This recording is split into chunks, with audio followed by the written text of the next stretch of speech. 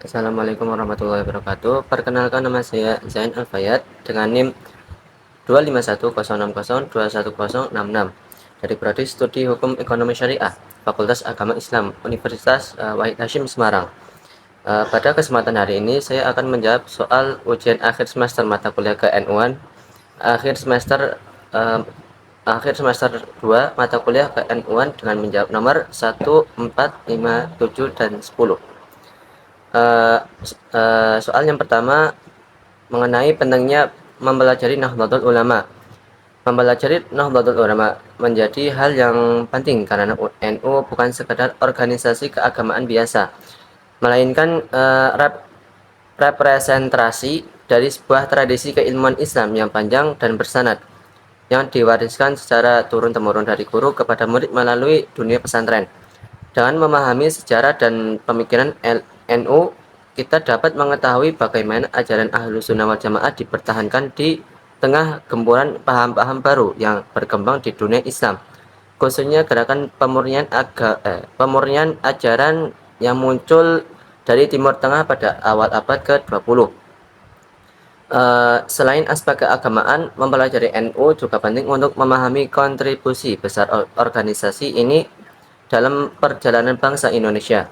Mulai dari masa penjajahan Belanda dan Jepang, perjuangan mempertahankan kemerdekaan melalui resolusi jihad, hingga perannya dalam merumuskan dasar negara. Dan dalam mempelajari NU, kita sebagai calon pendidik dapat mewarisi nilai-nilai moderasi, toleransi, dan cinta tanah air, dan semangat menjaga persatuan yang menjadi ciri khas gerakan NU. Untuk nomor selanjutnya, nomor 4, apa yang disebut dengan Komite Hijaz. Komite Hijaz adalah sebuah delegasi yang dibentuk oleh Kiai Haji Abdul Wahab Hasbullah pada awal tahun 1926 sebagai respon atas kebijakan Raja Ibnu Saud di Arab Saudi yang hendak menerapkan mazhab Wahabi secara tunggal di wilayah Hijaz, yaitu Makkah dan Madinah, sekaligus berencana menghancurkan situs-situs peninggalan sejarah Islam yang selama itu dianggap sebagai bagian dari tradisi ziarah umat Islam. Kebijakan ini sangat mengkhawatirkan para ulama pesantren Nusantara karena akan menghapus kebebasan bermadhab yang selama ini mereka jalani. Melalui Komite Hijaz, para ulama menyampaikan usulan dan protes kepada Raja Ibnu Saud agar tetap memberi ruang bagi kebebasan bermadhab. Perjuangan ini membuahkan hasil karena Raja Ibnu Saud akhirnya mengurungkan niatnya. Keberhasilan ini yang kemudian mendorong para kiai untuk membentuk organisasi yang lebih permanen, sehingga pada 30 Januari 1926 lahirlah Nahdlatul Ulama. Dengan demikian, Komite Hijaz bisa dikatakan sebagai cikal bakal langsung dari berdirinya NU. Untuk nomor selanjutnya, nomor 5, mengenai hubungan antara NU dan pesantren. Nahdlatul Ulama dan pesantren memiliki hubungan yang sangat erat dan tidak dapat dipisahkan. Sebab NU pada dasarnya lahir dari kalangan kiai pengasuh pesantren di Jawa. Para pendiri NU seperti Kiai Haji Hashim Asy'ari dan Kiai Haji Wahab Hasbullah adalah pengasuh pesantren yang memiliki jaringan santri dan alumni yang luas, sehingga pesantren secara alami menjadi basis sosial perkembangan NU.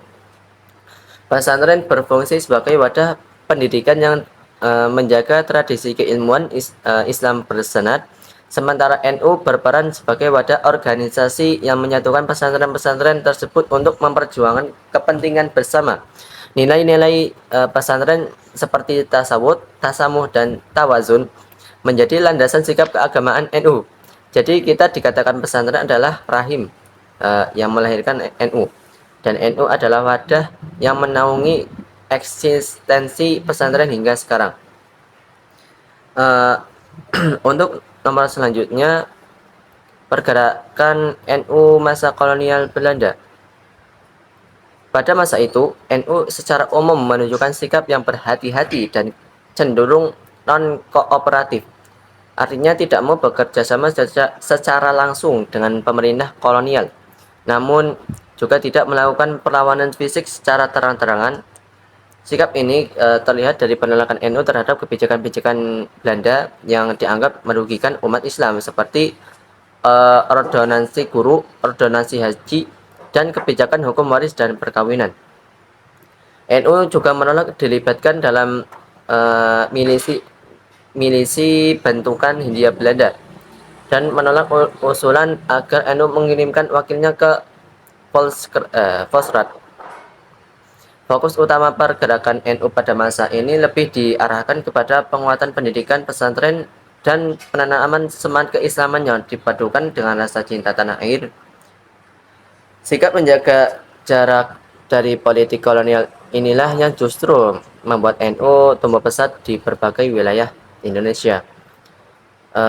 Terus yang terakhir sepertinya. Terakhir. Arti penting resolusi jihad yang disampaikan Kiai Haji Hashim Asy'ari. Resolusi jihad merupakan fatwa yang dicetuskan oleh Kiai Haji Hashim Asy'ari pada 22 Oktober 1945, tidak lama setelah Indonesia memproklamasikan kemerdekaannya, sebagai jawaban atas kembalinya pasukan sekutu yang diboncengi Belanda dan berupaya menguasai kembali wilayah Indonesia, terutama Surabaya. Melalui fatwa ini, Kiai Haji Hashim Asy'ari menegaskan bahwa mempertahankan kemerdekaan dan melawan penjajah merupakan kewajiban keagamaan atau jihad fi sabilillah bagi setiap umat Islam. Arti penting resolusi jihad sangat besar bagi bangsa Indonesia karena fatwa ini berhasil membakar semangat perjuangan rakyat, khususnya para santri dan kiai, hingga melahirkan perlawanan besar dan peristiwa 10 November 1945 di Surabaya yang kini diperingati sebagai Hari Pahlawan. Resolusi jihad membuktikan bahwa NU memiliki peran strategis dalam mempertahankan kemerdekaan, sekaligus menegaskan bahwa cinta tanah air merupakan bagian dari keimanan. Karena itu, tanggal 22 Oktober ditetapkan sebagai Hari Santri Nasional. Demikian jawaban dari saya untuk soal ujian akhir semester mata kuliah KNU-an. Kurang lebihnya mohon maaf. Wassalamualaikum warahmatullahi wabarakatuh.